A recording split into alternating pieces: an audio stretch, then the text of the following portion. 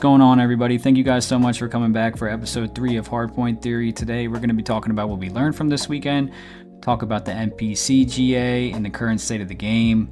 We're also going to bid farewell to a legend of Call of Duty esports. Let's get right into it. Well, as we get into this first matchup from the weekend, God, was I fucking wrong. I really thought OpTic was going to come in here in 3-0, 3-1.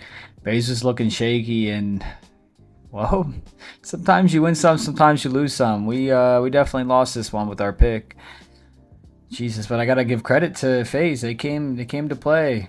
Abuza had a 1.38, Draza had a 1.3, and then Dashi and Mercules, they just got outdueled as an AR duo. Like, it's sometimes that shit happens. I know they were kind of throwing a little bit. Shotzi was using the NPC. We'll talk about that later.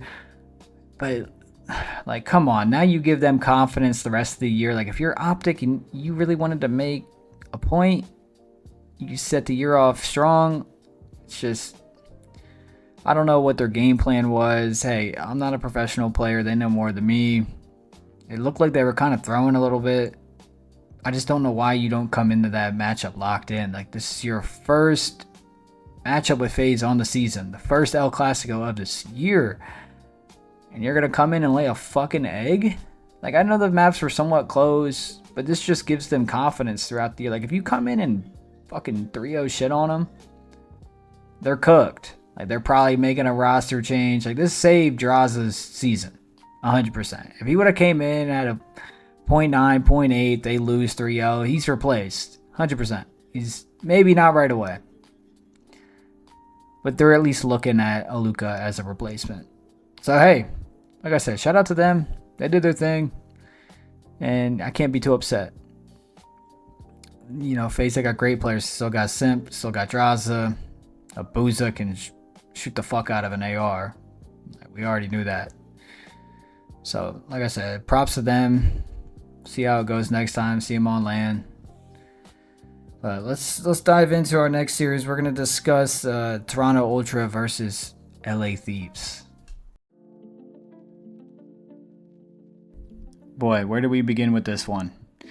You could say the world's fallen or the sky's fallen for LA Thieves, but it could be a lot worse. They're 2-2. They still have a chance to make winner's bracket. They got a couple weekends coming up. They can just work on some things. They know they play OpTic. That would be a big win for them if they can figure that out. They could get them back on track. You never know what OpTic you're going to get. They can come out and fry, or they can come out and troll like they fucking did this weekend.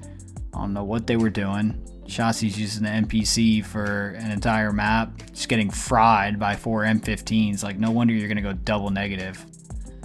Like, what are you even supposed to do at that point? I just back out. I can't use that fucking NPC. That thing is dog shit.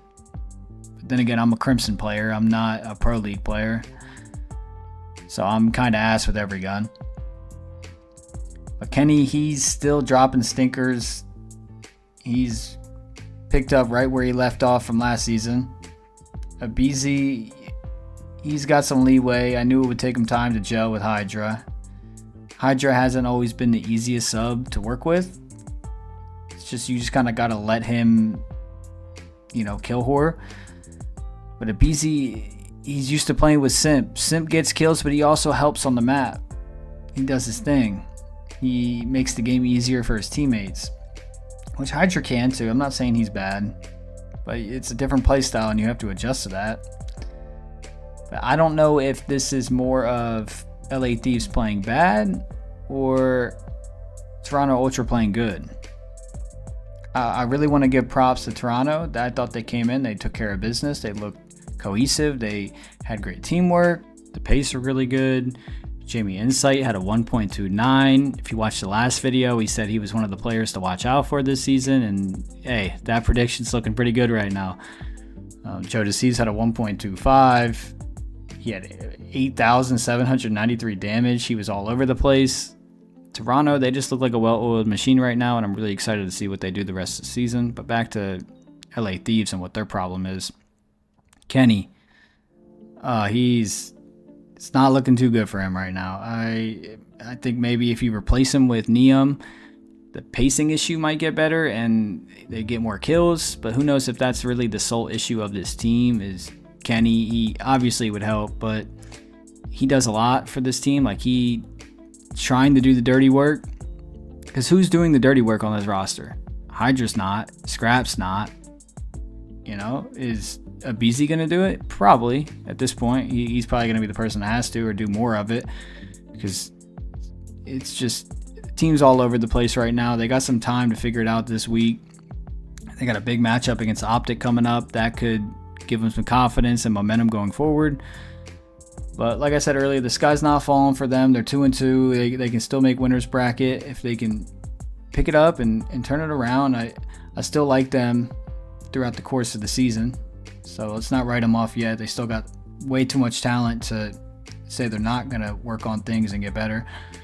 But we'll keep an eye on it. With that being said, I want to touch on the Ravens. They had a good weekend. I think they deserve some gas here. So let's talk about them for a little bit.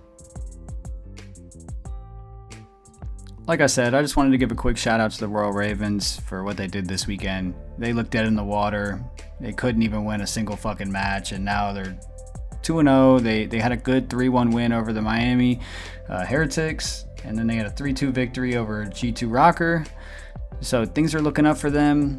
They got rid of Slasher. It sucks to see him go. He's been around a long time. We'll touch on him a little bit later. But Exceed came in and BK's back. Everyone was hating on this guy. I know he's kind of a fucking asshole. People didn't like him. But hey, he came into this thing. We got to shout it out. That's what we do on this podcast or this channel. People come in, they play well regardless of what the community thinks about them. Hey, you come in and do your job, we're going to talk about it. We'll see what they do going forward and see if they keep up. It could be a honeymoon phase. So, like I said, we'll keep an eye on it. And I just wanted to give them a quick shout out. That being said, let's get into our next topic. You won't believe the clip I found for this next segment. Back in the early days of the CDL, they used to do these 2v2, 1v1 gunfight show matches in between series just to keep everyone entertained. I think it was actually a pretty good idea. It was pretty fun to watch. I think one event, Doug Sensor Martin lost to some celebrity or athlete. It was pretty funny. Everyone was roasting him. But that's not what we're here to talk about. Slasher, the fucking Thanos of the CDL, is finally calling it quits, which is crazy. Because when I first started watching COD, it was when he was at the top of the league. He was top 3 AR, and it's crazy. I think first year I started watching was BO3, so yeah, that's when he won his first world championship. And then the following season, they almost won it again. They placed second, lost to OpTic. OpTic was just due at that point. They should have won AW, BO3, so at least Scump got his ring. But this isn't about Scump, this is about Slasher. Just gonna tip the cap to him on a great career, and thank you for so many amazing memories and crazy matches. The league will definitely miss you.